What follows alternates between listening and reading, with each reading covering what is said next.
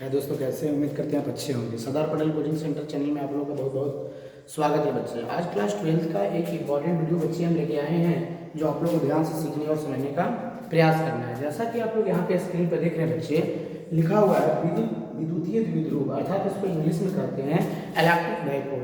है आखिर क्या इलेक्ट्रिक डाइपोल? देखिए, जैसे कि आप लोग देख रहे हैं, डाई का मतलब होता है बच्चे दो, और पोल का मतलब होता है ध्रुव, दो ध्रुव। और यहाँ पे भी देखिए लिखा हुआ है विद्युतीय द्विध्रुव। द्वि मतलब दो, ध्रुव मतलब आवेश समझिए। ध्रुव मतलब एक प्रकार का आवेश।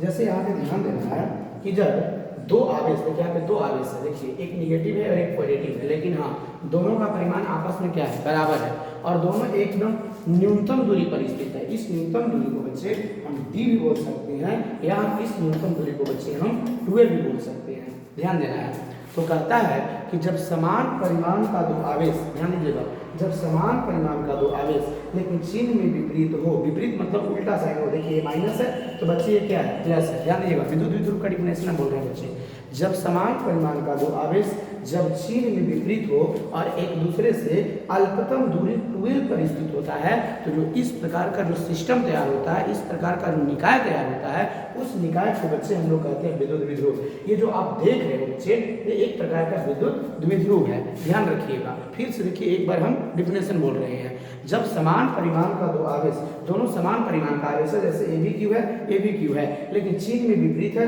अर्थात ये माइनस है और ये प्लस है। जब समान परिमाण का दो आवेश और चिन्ह में विपरीत हो और एक दूसरे से अल्पतम दूरी, अल्पतम मतलब सबसे कम दूरी, न्यूनतम दूरी पर जब स्थित होता है, तो जो इस सिस्टम तैयार होता है, इस सिस्टम को बच्चे हम लोग कहते हैं विद्युतीय द्विध्रुव। हम उम्मीद करते हैं कि आप लोग को विद्युत द्विध्रुव समझ में आ गया होगा। देखिए, विद्युत द्विध्रुव के बाद इसी से कॉन्सेप्ट है बच्चे विद्युतीय द्विध्रुव आघूर्ण। अब विद्युतीय द्विध्रुव आघूर्ण किसे कहते हैं, बिल्कुल हम लोग आसान तरीका से इसको हम लोग समझने का प्रयास करेंगे। ध्यान दीजिएगा, विद्युतीय द्विध्रुव आघूर्ण को समझने के लिए सबसे सिंपल सी बात है बच्चे, ध्यान दीजिएगा। जैसे मान लीजिए यहाँ पे आपने विद्युत द्विध्रुव आपने देखा था, यहाँ पे माइनस क्यू चार्ज होता था और यहाँ पे प्लस क्यू चार्ज होता था, और जो उसके बीच की जो दूरी थी बच्चे वो 12 थी। आप लोगों ने अभी देखा कि जब समान परिमाण के दो आवेश चिन्ह में विपरीत हो और एक दूसरे से अल्पतम दूरी पर अगर सेपरेट रहता है, सेपरेट मतलब स्थित होता है, तो ये इस प्रकार का जो सिस्टम तैयार होता है, इस प्रकार का जो निकाय तैयार होता है, इस निकाय को बच्चे हम लोग कहते हैं विद्युत द्विध्रुव। अब प्रश्न ये उठता है कि विद्युतीय द्विध्रुव आघूर्ण किसे कहते हैं, इलेक्ट्रिक डाइपोल मोमेंट आखिर है क्या? तो देखिए, सबसे पहली बात, जब इलेक्ट्रिक फील्ड में मतलब रख देंगे, जब इसको मान लीजिए इलेक्ट्रिक फील्ड में रख देंगे, तो ये घूमना शुरू हो जाएगा, आघूर्ण उत्पन्न कर देगा बच्चे।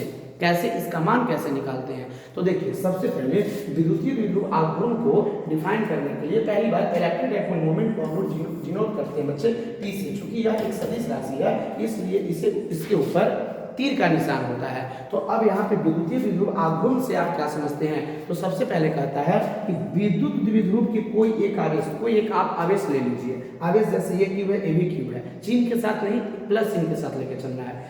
विद्युत द्विध्रुव के कोई एक आवेश और दोनों आवेश की जो बीच की दूरी है, उसका जब हम लोग गुणनफल कर देते हैं, तो जो गुणनफल के बाद जो राशि प्राप्त होता है, उसी को कहते हैं विद्युतीय द्विध्रुव आघूर्ण। फिर से एक बार ध्यान दीजिएगा, विद्युतीय द्विध्रुव के कोई एक आवेश और दोनों आवेश के बीच की दूरी के गुणनफल को विद्युतीय द्विध्रुव आघूर्ण कहा जाता है। और विद्युतीय द्विध्रुव आघूर्ण को हम लोग P से सूचित करते हैं, और P बराबर फॉर्मूला याद रखना है Q इंटू 2A।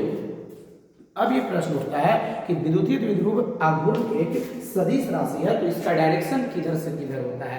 आप लोगों ने पढ़ा होगा कि वेक्टर क्वांटिटी सदिश का मतलब होता है जिसमें मैग्नीट्यूड हो और प्लस परिमाण दोनों होता है। तो हमेशा याद रखिएगा कि विद्युत द्विध्रुव का जो डायरेक्शन होता है बच्चे, विद्युत क्षेत्र के विपरीत डायरेक्शन की ओर होता है। जैसे विद्युत क्षेत्र का डायरेक्शन आप लोगों ने पढ़ा होगा बच्चे, प्लस से माइनस की ओर होता है, अर्थात प्लस से दूर होता है और माइनस की ओर होता है। तो इसका जस्ट उल्टा कर देना है, अर्थात इसको कर देना है माइनस से प्लस की ओर, अर्थात विद्युत द्विध्रुव आघूर्ण का जो डायरेक्शन होता है माइनस से प्लस की ओर। बहुत बार एग्जाम में पूछा है कि विद्युत द्विध्रुव आघूर्ण का डायरेक्शन किधर से किधर होता है, तो आपको ऑप्शन मांगना है माइनस से प्लस की ओर। हमेशा याद रखिएगा, कभी नहीं भूलिएगा बच्चे। अब देखिए, यहाँ पे विद्युतीय द्विध्रुव आघूर्ण को P से सूचित करते हैं, और P बराबर जो फॉर्मूला होता है वह Q इंटू 12 के बराबर होता है बच्चे, आप लोगों को पता होना चाहिए। अब देखिए इसमें आप लोगों को अब हम नेक्स्ट लेके चलते हैं, थोड़ा सा ध्यान देने का प्रयास कीजिएगा। देखिए बहुत इंपॉर्टेंट कॉन्सेप्ट है विद्युतीय द्विध्रुव आघूर्ण का मात्रक एवं बीमा। बहुत सिंपल तरीका से हम लोग इसका मात्रक एवं बीमा निकालने के लिए सीखेंगे, ध्यान दीजिएगा। सबसे पहले आप लोग का फॉर्मूला होता है P बराबर Q इंटू 2L। P बराबर होता है Q इंटू 2L। तो जब हम इसका मात्रक निकालने का प्रयास करेंगे तो Q आवेश है, तो आवेश का SI मतलब कूलम होता है, और 2L एक दूरी है, तो दूरी का SI मतलब मीटर होता है। इसलिए हम लोग कह देंगे कि विद्युतीय द्विध्रुव आघूर्ण का जो मात्रक होता है वो कूलम मीटर होता है। आप लोगों को ध्यान देना है, विद्युतीय द्विध्रुव आघूर्ण का जो मात्रक होता है बच्चे कूलम मीटर होता है। देखिए एक अन्य मात्रक होता है जिसे हम लोग कहते हैं बच्चे डेबाई। ये एग्जाम में बहुत बार पूछा है, अन्य मात्रक में डेबाई जाएगा। और कूलम मीटर और डेबाई के बीच में संबंध याद रखना है। एक कूलम मीटर बराबर 3 × 10⁻29 डेबाई होता है। कभी कभी क्या करता है कि एक डेबाई बराबर पूछ देगा, एक कूलम मीटर ना पूछ के एक डेबाई बराबर पूछ देगा, तो आप संभालिएगा 1/3 × 10⁻−29 कूलम मीटर को कैसे। देखिए इधर 3 गुना में, इधर आएगा तो भाग में हो जाएगा, तो 1/3 हो जाएगा, और 10⁻29 बटा में जाएगा, जब ऊपर जाएगा तो 10⁻−29 हो जाएगा, और जो कूलम मीटर के बराबर होगा। अब देखिए बच्चे यहाँ पे इसका हम लोगों ने पढ़ लिया मात्रक। अब यहाँ पे क्या लिखा हुआ है बीमा। तो विद्युत द्विध्रुव आघूर्ण का बीमा भी निकालना बिल्कुल सिंपल है। कैसे बच्चे थोड़ा ध्यान दीजिएगा। ये Q है, Q अर्थात आवेश, आवेश का जो बीमा होता है वो बच्चे AT होता है, और 2L एक प्रकार का दूरी है, और दूरी का जो बीमा होता है बच्चे वह L होता है। तो इसका हम बीमा की अगर हम बात करेंगे तो कह देंगे ATL, या इसी को आप लिख सकते हैं बच्चे m⁴ L T और A⁴1। ये हो जाएगा विद्युत द्विध्रुव आघूर्ण का बीमा। हम उम्मीद करते हैं कि आप लोग को विद्युत द्विध्रुव आघूर्ण का मात्रक भी समझ में आया होगा और बीमा भी समझ में आया होगा। अब बच्चे नेक्स्ट हम लेकर चलते हैं, थोड़ा सा समझने का प्रयास कीजिएगा। देखिए हमने लिख दिया है कि विद्युत द्विध्रुव आघूर्ण एक सदिश राशि है जिसकी दिशा माइनस से प्लस की ओर माना जाता है, अर्थात विद्युत क्षेत्र के विपरीत माना जाता है। याद रखिएगा विद्युत क्षेत्र का डायरेक्शन होता है प्लस से माइनस की ओर, लेकिन विद्युतीय द्विध्रुव आघूर्ण का जो डायरेक्शन होता है वह माइनस से प्लस की ओर माना जाता है। ये बच्चे एकदम नहीं भूलिएगा। अब देखिए बहुत इंपॉर्टेंट पॉइंट है जो एकदम 5 नंबर का, ये बहुत इंपॉर्टेंट क्वेश्चन हो जाता है बच्चे, ध्यान दीजिएगा। कहता है विद्युत द्विध्रुव के अक्षीय एवं निरक्षीय स्थितियों में विभव एवं विद्युत क्षेत्र की तीव्रता का व्यंजक प्राप्त करें। हम इसमें रोज एक का वीडियो लेकर चलेंगे बच्चे। आज हम एक इसमें व्यंजक प्राप्त करेंगे। देखिए इसमें 4 क्वेश्चन है। देखिए एक है विद्युतीय द्विध्रुव के अक्षीय स्थिति, पहली बात विद्युतीय द्विध्रुव के निरक्षीय स्थिति, इसमें 2 कंसेप्ट हो गया। और अक्षीय में सिद्ध करना है विभव का, अक्षीय में सिद्ध करना है विद्युत क्षेत्र का, फिर निरक्षीय में सिद्ध करना है विभव का, और निरक्षीय में सिद्ध करना है विद्युत क्षेत्र की तीव्रता का व्यंजक प्राप्त करना है। बच्चे आप लोग को पता चलना चाहिए। तो सबसे पहले हम एक करके चलते हैं, ध्यान से हमारी बातों को आप लोग सीखने और समझने का प्रयास करेंगे। देखिए अब हम एक क्वेश्चन इसमें से बना दे रहे हैं, उसमें से एक क्वेश्चन हम लोग छांट के और उसमें लिख रहे हैं बच्चे, ध्यान दीजिएगा। वहां से एक हम क्वेश्चन निकाल रहे हैं। देखिए लिख रहे हैं विद्युत द्विध्रुव के, ध्यान दीजिएगा, विद्युत द्विध्रुव के अक्षीय स्थिति में, विद्युत द्विध्रुव के अक्षीय स्थिति में, अक्षीय स्थिति के किसी बिंदु पर कर दीजिए, अक्षीय स्थिति के किसी बिंदु पर, अक्षीय स्थिति के किसी बिंदु पर, विद्युत द्विध्रुव के अक्षीय स्थिति के किसी बिंदु पर, किसी बिंदु पर विद्युत क्षेत्र का, विद्युत क्षेत्र का, विद्युत क्षेत्र का व्यंजक प्राप्त करें, विद्युत क्षेत्र का व्यंजक प्राप्त करें। ये बच्चे आप लोगों को ध्यान देना है, जो 5 नंबर में क्वेश्चन ये पूछेगा। फिर नेक्स्ट हम लोग चलेंगे विद्युत द्विध्रुव के अक्षीय स्थिति के किसी बिंदु पर विद्युत विभव, फिर चलेंगे विद्युत द्विध्रुव के निरक्षीय स्थिति में किसी बिंदु पर विद्युत क्षेत्र का व्यंजक, फिर चलेंगे विद्युत द्विध्रुव के निरक्षीय स्थिति में किसी बिंदु पर विद्युत विभव का व्यंजक। मतलब 4 कॉन्सेप्ट इसमें हो जाता है बच्चे। हम एक करके आप लोगों को बताने का प्रयास करेंगे, आप लोग थोड़ा सा ध्यान देंगे। तो सबसे पहली बात हम पहले विद्युत द्विध्रुव बनाएंगे। विद्युत द्विध्रुव देखिए आप लोगों को पता होना चाहिए कि जब समान परिमाण का दो आवेश चिन्ह में विपरीत हो और एक दूसरे से अल्पतम दूरी पर स्थित होता है, तो इस प्रकार का जो सिस्टम तैयार होता है, इस सिस्टम को बच्चे हम कहते हैं विद्युत द्विध्रुव। मान लीजिए कि जो माइनस क्यू चार्ज है वो A पॉइंट पर है और जो प्लस क्यू चार्ज है वो B पॉइंट पर है, और मान लीजिए कि इसका जो केंद्र है वो A है। अब आप ही बताओ बच्चे, ए से लेके बी के बीच की दूरी 12 है, तो ए से ओ के बीच की दूरी कितनी होगी? तो आप कहेंगे कि ए बी का जब केंद्र ओ है तो जिसके कारण ये एल डिस्टेंस होगा और ए बी डिस्टेंस कितना होगा? एल। हम बात कर रहे हैं अक्षीय स्थिति की निरक्षीय स्थिति। बच्चे हम बात कर रहे हैं अक्षीय स्थिति की, तो अक्षीय स्थिति की जब हम बात करेंगे तो ऐसी कंडीशन में जो ओ पॉइंट है, ओ पॉइंट से मान लीजिए कि इसके अक्ष पर आर डिस्टेंस पर कोई पॉइंट क्या है? पी है, जहां पर हमें विद्युत क्षेत्र की तीव्रता का व्यंजक प्राप्त करना है। तो देखिए यहाँ पे P डिस्टेंस पर, P जो बिंदु है वो पॉइंट O से R डिस्टेंस पर है। तो आप ही बताओ बच्चे, ध्यान देना, A से B का बीच के डिस्टेंस 12 था, AO का डिस्टेंस L है, OB का डिस्टेंस L है। हम आपसे पूछेंगे B से P का डिस्टेंस कितना होगा? देखिए इतना तो R है, इतना तो L है, तो B से P का जो डिस्टेंस होगा बच्चे वो हो जाएगा R माइनस L। अब हम पूछते हैं बच्चे A से P का बीच का डिस्टेंस कितना होगा? तो आप यहाँ पे देख रहे हो बच्चे कि ये वाला डिस्टेंस तो R है, ये वाला डिस्टेंस तो R है, देखिए R है, और ये वाला डिस्टेंस तो L है। तो A से लेके P तक का जो डिस्टेंस होगा वो बच्चे हो जाएगा R प्लस L। ये आप लोग को पहले पता चलना चाहिए। चलिए हम डाटा को लिखते हैं बच्चे, थोड़ा ध्यान दीजिएगा आप लोग। तो देखिए इसको हम लिखते हैं, सबसे पहले हम लिखते हैं AB इक्वल टू, तो देखिए AB इक्वल टू मेरा कितना है? 12 है। फिर इसको हम लोग अलग अलग करके लिखते हैं, AO equal to OB equal to L, AO बराबर OB बराबर L होगा। चलिए O से P का डिस्टेंस बताइए R, तो यहाँ से हम लिखेंगे OP इक्वल टू R। जब O से लेके P तक डिस्टेंस R है तो आप ही बताओ बच्चे B से लेके P तक डिस्टेंस कितना होगा? तो आप कहेंगे R माइनस L। तो हम लिखेंगे यहाँ BP equal to R minus L। B से P का जो डिस्टेंस होगा R माइनस L होगा। उसी प्रकार A से लेके P का डिस्टेंस बताइए तो हो जाएगा R प्लस L, अर्थात AP बराबर यहाँ पे R प्लस L हो जाएगा। अब देखिए सबसे पहली बात आप लोग को यहाँ पे ध्यान ये देना है कि पॉइंट P पर आप लोग को इलेक्ट्रिक फील्ड फाइंड करना है। तो जो P पर जो इलेक्ट्रिक फील्ड जनरेट होगा दो चार्ज के कारण होगा। अब कैसे आप समझ सकते हैं, एक पॉइंट A पर माइनस Q चार्ज है और एक पॉइंट B पर प्लस Q चार्ज है, तो दोनों चार्ज के कारण तो इलेक्ट्रिक फील्ड जनरेट होगा। तो इस पॉइंट P पर दो चार्ज के कारण इलेक्ट्रिक फील्ड जनरेट होगा, एक माइनस Q के कारण और एक प्लस Q के कारण। अब प्रश्न उठता है कि कितना इलेक्ट्रिक फील्ड जनरेट होगा, या किसका ज्यादा होगा या किसका कम होगा।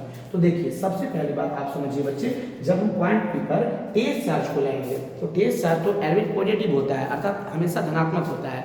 जो पॉइंट P पर जब हम तेज चार्ज को लाएंगे, परीक्षण आवेश को लाएंगे, तो ऐसी कंडीशन में क्या होगा, ये जो परीक्षण आवेश होगा माइनस Q के आवेश के कारण आकर्षण बल का अनुभव करेगा, इसलिए माइनस Q आवेश के कारण बिंदु P पर लगने वाला जो विद्युत क्षेत्र होगा वो इनवर्ड डायरेक्शन में होगा। या आप लोगों को पहले भी मैंने बताया है कि माइनस चार्ज के कारण जो इलेक्ट्रिक फील्ड का जो डायरेक्शन होता है वो इनवर्ड डायरेक्शन में होता है। तो पॉइंट P पर जो इलेक्ट्रिक फील्ड का जो डायरेक्शन होगा वो इनवर्ड होगा। तो इनवर्ड होगा तो पॉइंट P पर देखिए इलेक्ट्रिक फील्ड हम जनरेट कर रहे हैं माइनस Q चार्ज के कारण, उस इलेक्ट्रिक फील्ड का नाम दे रहे हैं EA, जो इनवर्ड डायरेक्शन में होगा। इसलिए इनवर्ड होगा क्योंकि जब हम यहाँ पे तेज चार्ज को लाएंगे, और तेज चार्ज हमेशा पॉजिटिव होता है, तो पॉजिटिव और निगेटिव में अट्रैक्शन फोर्स लगता है, और अट्रैक्शन फोर्स लगने के कारण यहाँ पे इनवर्ड डायरेक्शन में इसका डायरेक्शन रहेगा इलेक्ट्रिक फील्ड का। अब हम बात करते हैं प्लस Q आवेश के कारण पॉइंट P पर लगने वाला जो इलेक्ट्रिक फील्ड का जो डायरेक्शन होगा वो कैसा होगा। तो आप जब यहाँ से पॉइंट यहाँ पे जब तेज चार्ज को लाओगे बच्चे, तो तेज चार्ज पॉजिटिव होता है, तो पॉजिटिव और पॉजिटिव में क्या हो जाएगा, रिपल्सिव फोर्स लगेगा, प्रतिकर्षण बल लगेगा। तो जब प्रतिकर्षण बल लगेगा तो इसके कारण जो इलेक्ट्रिक फील्ड जो जनरेट होगा वो कहने का मतलब है कि आउटवर्ड डायरेक्शन में होगा। कैसे डायरेक्शन बच्चे, आउटवर्ड डायरेक्शन में होगा। आप लोग को ध्यान देना है। तो उसका देखिए डायरेक्शन को हम लोग बाहर की आउटवर्ड डायरेक्शन में देते हैं, जो इसका EB को बताएगा। B के कारण इसलिए EB, B पर प्लस Q चार्ज है इसलिए इसका सैनोस हमने EB लिख दिया और इसका सैनोस क्या लिख दिया, EM। अब हम आपसे पूछेंगे कि इलेक्ट्रिक फील्ड एक सदिश राशि है कि अदिश राशि। आप कहिएगा सदिश राशि है, क्लास में बहुत बार पढ़ाया मैंने। तो अब बताइए, जब इलेक्ट्रिक फील्ड एक सदिश राशि है तो ऐसी कंडीशन में ये वेक्टर अलजेब्रा नियम का पालन करेगा। तो आप देख रहे हो बच्चे, E और EB का बीच का एंगल कितना डिग्री है, आप कहेंगे 180 डिग्री है, दोनों के बीच में 180 डिग्री है। तो आपका resultant R √a² + b² + 2ab cos theta होता है। तो ऐसी कंडीशन में R बराबर a² + b² + 2ab cos 180 degree degree हो जाएगा। और कॉस 180 का मान पता है आप लोग को बच्चे -1 होता है, तो कॉस 180 -1 होता है। तो ऐसी कंडीशन में r is equal to √a² + b² -2ab के इक्वल हो जाएगा। और जब हम उसको सोल्व करेंगे तो a माइनस बी के दी होल स्क्वायर हो जाएगा। और जब a माइनस बी के दी होल स्क्वायर होगा तो जब हम उसको स्क्वायर रूट से बाहर निकालेंगे तो एक बाहर निकल जाएगा और r is equal to a minus B. या अगर ये बात आप लोग को समझ में नहीं आ रहा है तो सिंपल सी बात आप समझिए, एक व्यक्ति रस्सी से इधर खींच रहा है, एक व्यक्ति रस्सी से इधर खींच रहा है, तो दोनों का जो रिजल्टेंट होगा दोनों को माइनस करेंगे तो रिजल्टेंट होगा। कभी भी अपोजिट डायरेक्शन में अगर फोर्स लगता है तो दोनों को माइनस किया जाता है, और जब सेम डायरेक्शन में फोर्स लगता है तो दोनों को ऐड किया जाता है। तो यहाँ पे दोनों का रिजल्टेंट निकालने के लिए पॉइंट पी पर हम लोग क्या करेंगे, दोनों को माइनस करेंगे। अब हम लोग समझ गए कि दोनों को माइनस करना पड़ेगा, लेकिन हाँ किसमें से किसमें माइनस करना पड़ेगा ये भी अब प्रश्न उठ जाता है। ये में से ईबी माइनस करेंगे कि ईबी में से ये माइनस करेंगे, जो ज़्यादा होगा उसमें से करेंगे। जैसे मान लीजिए कि इधर से कोई व्यक्ति रस्सी से 8 न्यूटन के बल से खींच रहा है और इधर से मान लीजिए चलिए 2 न्यूटन के बल से खींच रहा है, तो इस पॉइंट पर कितना रिजल्टेंट होगा, तो रिजल्टेंट बच्चे कितना न्यूटन होगा, 6 न्यूटन होगा। तो जो 6 न्यूटन होगा 8 में से आपने 2 घटाया है, इसलिए आप बड़ा में से छोटा को घटाना पड़ेगा। तो इसमें आपको पता करना पड़ेगा कि ये बड़ा है कि ईबी बड़ा है। तो आप समझिए कि ई और ईबी में कौन बड़ा है। तो देखिए बिल्कुल सिंपल तरीका है, आप लोग को ध्यान देना है। सबसे पहले आप लोग को पता होना चाहिए बच्चे कि जो भी इलेक्ट्रिक फील्ड होता है किसी भी पॉइंट चार्ज के कारण, वो फॉर्मूला आप लोग को बताए हैं 1/4πε0 q r²। किसी भी चार्ज के कारण r डिस्टेंस पर लगने वाला जो इलेक्ट्रिक फील्ड होता है 1/4πε0 q r² ई का न्यूटन होता है। अब बताइए ई और r में कैसा संबंध है, तो उल्टा संबंध है। यदि दूरी बढ़ेगा तो विद्युत क्षेत्र घटेगा, यदि दूरी बढ़ेगा तो विद्युत क्षेत्र घटेगा, और यदि दूरी घटेगा तो विद्युत क्षेत्र बढ़ेगा।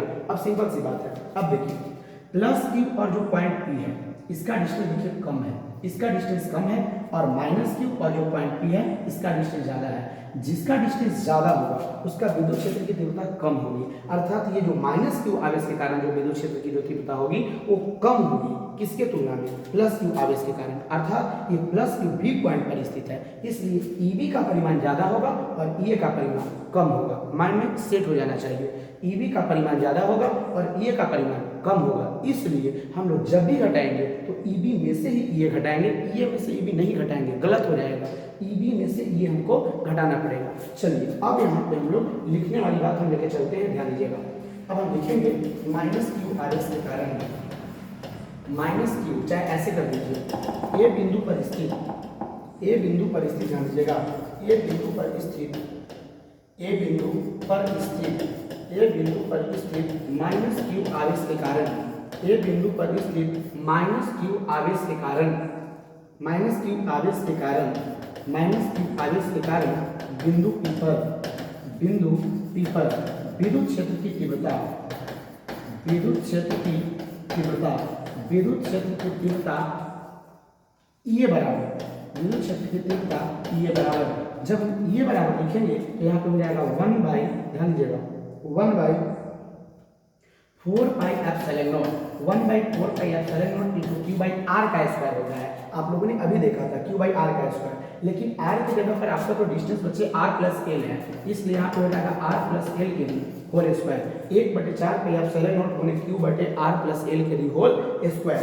अब हम लोग नेक्स्ट चलते हैं बिंदु बी पर स्थित, ध्यान दीजिएगा, बी बिंदु पर स्थित प्लस क्यू आवेश के कारण बिंदु पी पर विद्युत क्षेत्र की तीव्रता, अब की लिखेंगे हम लोग ईबी बराबर। तो जब हम ईबी बराबर लिखते हैं बच्चे तो यहाँ पे हो जाएगा 1/4πε0, अभी जो चार्ज है अभी भी तो क्यूए चार्ज है। देखिए ये माइनस और प्लस सिंबल आपको नहीं लिखना है फॉर्मूला में, इसलिए क्योंकि माइनस प्लस तो आपका डायरेक्शन को तो बता ही दिया है, इसलिए इसमें माइनस और प्लस का कोई मतलब ये हम लोग को नहीं लेके चलना है, इसलिए क्यू के लेके चल रहा है। तो इसमें करेंगे क्यू बटे अभी जो डिस्टेंस है बच्चे, अब आप देख रहे होंगे डिस्टेंस बच्चे हो जाएगा ये आर माइनस एल, क्या हो जाएगा बच्चे आर माइनस एल, यहाँ पे लिखेंगे आर माइनस एल के लिए होल स्क्वायर। तो अब एक बात समझो बच्चे, इसलिए बी बिंदु पर कुल विद्युत क्षेत्र की तीव्रता, इसलिए लिखेंगे, इसलिए बिंदु पी पर, बिंदु पी पर, बिंदु पी पर कुल विद्युत क्षेत्र की तीव्रता, कुल विद्युत क्षेत्र, कुल विद्युत क्षेत्र की तीव्रता, विद्युत क्षेत्र की तीव्रता, इसको यहाँ पे ई लिख देंगे बच्चे। अब ईबी में से ये घटाओगे कि ईए में से, आपको पता चल रहा है बच्चे कि ईबी में से हमको ये घटाना है, इसलिए ईबी माइनस ये करेंगे। चलिए यहाँ पे वैल्यू पुट करते हैं, ईबी EB का जो वैल्यू है 1/4πε0 into Q divided by r minus L के दी होल स्क्वायर माइनस ये के जगह पर ये लिखाएगा 1/4πε0 into Q divided by r plus L के दी होल स्क्वायर। अब हम लोग क्या करते हैं बच्चे, इसमें हम लोग कॉमन करते हैं। तो देखिए क्या करते हैं कि q/4πε0 इसमें भी है और q/4πε0 इसमें भी है। तो हम क्या करते हैं कि q/4πε0 यहाँ पे हम लोग कॉमन कर लेते हैं। तो बाकी यहाँ पे आ जाएगा 1/r माइनस एल के होल स्क्वायर और सॉरी यहाँ पे माइनस होगा माइनस 1/r प्लस एल के भी होल स्क्वायर। अब नेक्स्ट हम बच्चे लेके चलते हैं q/4πε0 इंटू, अब बताइए इसका हम एलसीएम कर लेते हैं। तो एलसीएम होगा r माइनस एल का whole square into r plus L के दी होल स्क्वायर। क्या होगा कि r माइनस एल का होल स्क्वायर से r माइनस एल का होल स्क्वायर कैंसिल हो जाएगा, बाकी बचेगा r प्लस एल के दी होल स्क्वायर। ये एक से मल्टीप्लाई होगा तो r प्लस एल के दी होल स्क्वायर होगा माइनस के माइनस r प्लस एल का दी होल स्क्वायर से r प्लस एल के दी होल स्क्वायर कैंसिल हो जाएगा r माइनस एल के दी होल स्क्वायर बार में, और इतना में एक से गुना होगा तो होगा r माइनस एल के दी होल स्क्वायर। नेक्स्ट बच्चे ध्यान दीजिएगा q/4πε0 into a plus b के दी होल स्क्वायर। तो सबसे पहले a स्क्वायर करेंगे तो r स्क्वायर प्लस 2ab करेंगे तो 2rl और प्लस b स्क्वायर करेंगे तो l का स्क्वायर हो जाएगा। चलिए इसको भी हम लोग करते हैं a माइनस b के होल स्क्वायर, लेकिन इसको ब्रैकेट में रखेंगे क्योंकि माइनस के चलते साइन चेंज होगा। तो पहले यहाँ पे लिखेंगे r स्क्वायर माइनस 2rl और प्लस हो जाएगा l का स्क्वायर बड़ी कोष्ठ 1 बटे। अब देखिए बच्चे इसका भी स्क्वायर है इसका भी स्क्वायर है और दोनों गुना में है, तो हम ऐसे लिख सकते हैं r minus L into R plus L, और ऐसी कंडीशन में इसका हम होल स्क्वायर ये दोनों को एक लिख लेते हैं। अब हम इसको आगे बढ़ाते हैं, थोड़ा सा लॉन्ग डेरिवेशन होता है बच्चे, लेकिन हाँ मेहनत करना पड़ेगा बच्चे, मेहनत नहीं करोगे कुछ नहीं होने वाला है। आर स्क्वायर के R square plus 2rl plus L का स्क्वायर माइनस में आर स्क्वायर से गुना होगा minus R square minus minus plus यहाँ पे हो जाएगा 2rl माइनस प्लस माइनस हो जाएगा एल का स्क्वायर बटे। आप लोगों ने लोअर क्लास में पढ़ा होगा a minus B into A plus B, A minus B into A plus B होता है A square minus B square. तो जब A square minus B square करोगे तो आर स्क्वायर माइनस एल का स्क्वायर हो जाएगा, और बाकी ये होल स्क्वायर है तो यहाँ पे होल स्क्वायर हो जाएगा। देखिए इसमें कुछ टर्म कैंसिल हो रहा है, आर स्क्वायर प्लस में आर स्क्वायर माइनस में एल स्क्वायर प्लस में एल स्क्वायर माइनस में, ये कैंसिल हो गया। चलिए नेक्स्ट पॉइंट लेके चलते हैं q/4πε0 इंटू, देखिए 2rl और 2rl दोनों ऐड हो जाएगा तो यहाँ पे हो जाएगा 4rl बटे यहाँ पे हो जाएगा r square minus L square के होल स्क्वायर। चलिए इसको हमने कर दिया। अब चलिए नेक्स्ट, अब देखिए q/4πε0 इसको यहाँ पे मिला के लिख लीजिए 4rl बटे r square minus L square के होल स्क्वायर। अच्छा बच्चे थोड़ा ध्यान दो, q के q देखिए इसको हम ऐसे लिख सकते, थोड़ा ध्यान दीजिएगा 1/4πε0 into Q into 2l into 2r। देखिए बात देखिए q के q मैंने लिख दिया, 2 दूनी 4 बन गया, और यहाँ पे r में सॉरी यहाँ पे r कर दीजिए, 2 दूनी 4 हो जाएगा और r में l से मल्टीप्लाई करेंगे rl हो जाएगा बटे r square minus L square के होल स्क्वायर। अब कहोगे ऐसा आप क्यों लिखे, देखिए इसका रीजन है, जो आपका विद्युत विध्रुव आघूर्ण P जो होता है वो Q इंटू 12 के इक्वल होता है। तो Q इंटू 12 के इक्वल होता है, तो ये तो Q इंटू 12 को P बनाने के लिए ही मैंने इसको ऐसा टर्म में मतलब बदल दिया। अब देखिए 1/4πε0 Q इंटू जो 12 होता है जनरली वो P के इक्वल होता है, तो इसके जगह पर बच्चे हम लिख देंगे P और इंटू 2r के बच्चे 2r लिख देंगे, और बटे यहाँ पे हो जाएगा r square minus L square के दी होल स्क्वायर। अब लिखेंगे यदि ध्यान दीजिएगा, यदि r का मान बहुत बहुत बहुत बड़ा है l से। अब ऐसा क्यों अब लिखे हैं, थोड़ा ध्यान दीजिएगा, फिगर से पहले समझिए आप लोग। सबसे पहले आप लोग को यहाँ पे समझने का ये प्रयास करना है बच्चे कि ये जो देखिए पहले तो ये भी देखिए आप लोग को मैंने विद्युत विध्रुव जिसमें पढ़ाया था उसमें मैंने डिफिनेशन बताया था कि जब समान परिमाण के दो आवेश जब चिन्ह में विपरीत हो और एक दूसरे से अल्पतम दूरी, ये 12 अल्पतम दूरी है। अब आप ही बताइए जब 12 ही अल्पतम दूरी है तो इसका जो l होगा वो तो और अल्पतम दूरी होगा, किसके रिस्पेक्ट में, r के रिस्पेक्ट में, r के रिस्पेक्ट में।